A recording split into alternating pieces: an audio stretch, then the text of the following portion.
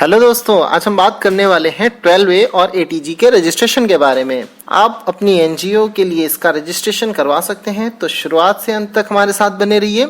अगर आपको हमारा वीडियो अच्छा लगे तो इसे लाइक और सब्सक्राइब करना ना भूलें। तो चलिए शुरू करते हैं।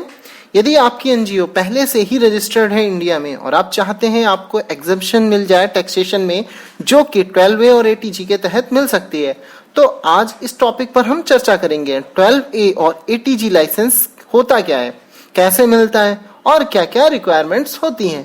आइए बात करते हैं इस पर। 12A और ATG सर्टिफिकेशन जो होते हैं वो ग्रांटेड होते हैं एनजीओ के लिए। इनकम टैक्स डिपार्टमेंट के थ्रू ये मिलता है और टैक्स ग्रांट मिलती है डोनर्स को, जो भी लोग पैसा देते हैं एनजीओ को, ताकि वो जो भी पैसा एनजीओ में दे रहे हैं एज अ डोमिनेशन, उसका उन्हें टीडीएस मिल जाए।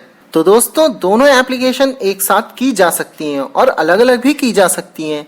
अगर किसी ऑर्गेनाइजेशन को अप्लाई करना है सेपरेटली, तो सेपरेटली भी आप इसका अप्लाई कर सकते हैं आराम से।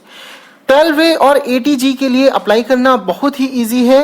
ये इनकम टैक्स एक्ट 1961 के तहत आता है और काफी मदद भी करता है जो ट्रस्ट बच्चों के लिए काम करते हैं।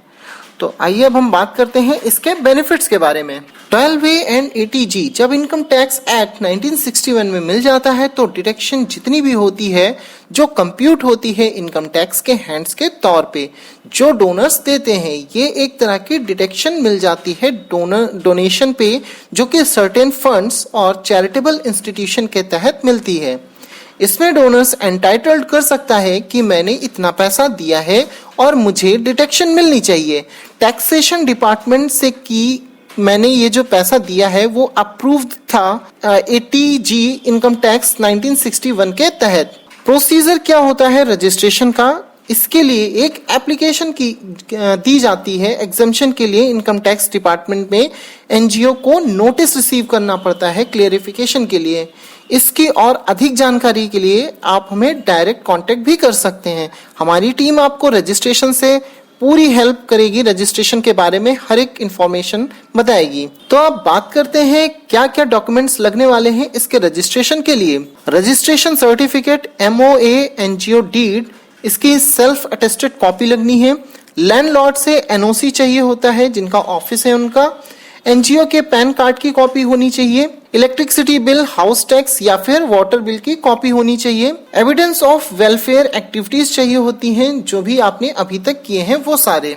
प्रोग्रेस रिपोर्ट चाहिए होती है कि पिछले सालों में आपने किस तरह से अपनी एनजीओ की एक्टिविटीज को प्रोग्रेस कराया। इसके साथ books of accounts, balance sheets and ITR जो भी अभी तक आपने किया हो। दोस्तों, इसके साथ साथ इसमें लिस्ट ऑफ डोनर्स की भी रिक्वायरमेंट होती है, वो भी उनके एड्रेस और उनके पैन कार्ड के साथ में। लिस्ट ऑफ गवर्निंग बॉडी जो ट्रस्टीज की है उसकी भी डिटेल जाती है। डीड वेरिफिकेशन होते हैं, ओरिजिनल RC एंड MOA और एनजीओ के साथ। अथॉरिटी लेटर जाता है फेवर ऑफ एनजीओ के तौर पर। तो दोस्तों, अब आप देखते हैं टैक्स एग्जम्पशन लिमिट क्या है डोनेशन पर। अगर amount of deduction to charitable organisation के तहत 10% से ज्यादा मिला है तो ग्रॉस टोटल इनकम जो भी कंप्यूट होगी इनकम टैक्स के तहत, वो रिड्यूस होगी इनकम टैक्स के तहत और पेबल होगी प्रोविजन एक्ट के हिसाब से। किसी भी अमाउंट पर जिस पर SSC ने एंटाइटल्ड किया है डिडक्शन किसी और प्रोविजन के तहत भी, देन अमाउंट जो भी एक्सेस होगा 10% ग्रॉस टोटल इनकम पे वे क्वालिफाई नहीं करेगा डिडक्शन ATG के तहत। जो व्यक्ति ऑर्गेनाइजेशन को डोनेशन देते हैं ATG के तहत, वो डिडक्शन 50% ले सकते हैं टैक्सेबल इनकम टैक्स के तहत। वैलिडिटी क्या होती है अगर हम बात करें तो 12A और ATG की।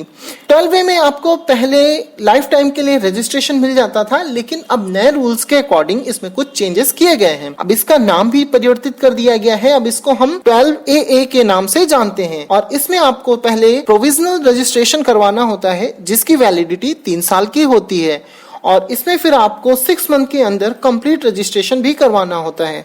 और इनके रजिस्ट्रेशन के बाद आपको इनको हर 5 इयर्स पर रिन्यूअल पीरियड होता है जिसमें आपको इसका रिन्यूअल भी कराना होता है। तो ये थी 12A एंड ATG की पूरी कंप्लीट इंफॉर्मेशन। इसके अलावा भी अगर आपके मन में कोई क्वेरी हो तो आप हमसे कांटेक्ट कर सकते हैं, आप हमें कमेंट्स कर सकते हैं। और इस वीडियो में बने रहने के लिए आप सभी लोगों का बहुत ही धन्यवाद। आशा करता हूं आपको ये वीडियो अच्छी लगी होगी, और अच्छी लगी हो तो इसे कृपया करके सब्सक्राइब और शेयर करना बिल्कुल भी ना भूलें। Thank you for watching this video.